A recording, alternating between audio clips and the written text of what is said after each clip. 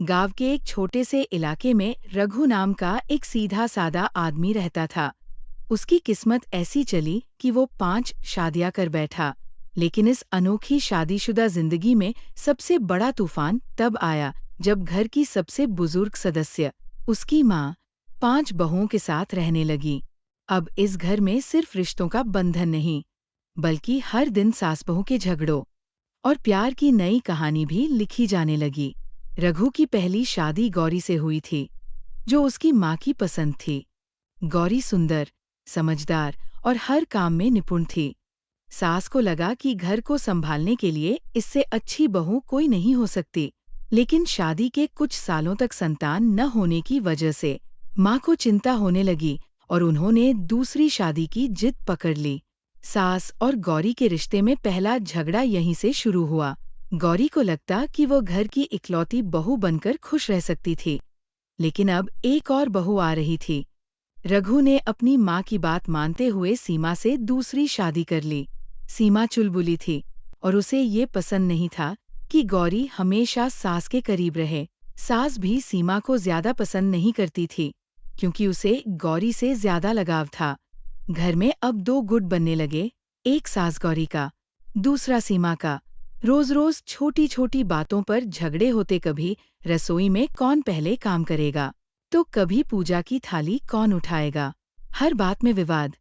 लेकिन जब भी कोई बाहर का व्यक्ति गौरी और सीमा के बारे में कुछ कहता, सास तुरंत अपनी बहुओं का बचाव करती। तीसरी शादी नीता से हुई, जो पढ़ी लिखी और आत्मनिर्भर लड़की थी। उसे गांव की परंपराएं पसंद नहीं थी और वह अपनी शर्तों पर जीना चाहती थी।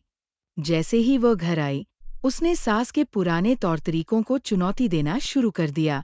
अब तक जो सास बहुओं को आपस में लड़ाती थी, उसे खुद बहुओं के विरोध का सामना करना पड़ा।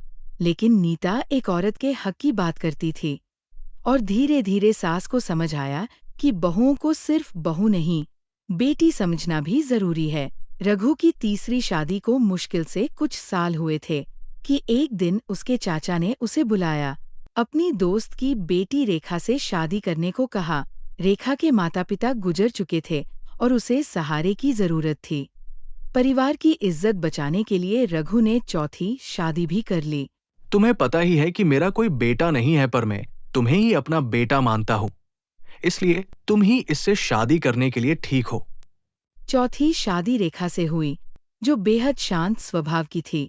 वह चाहती थी कि घर में शांति बनी रहे, लेकिन चारों बहुएं कभी न कभी किसी बात पर झगड़ पड़ती।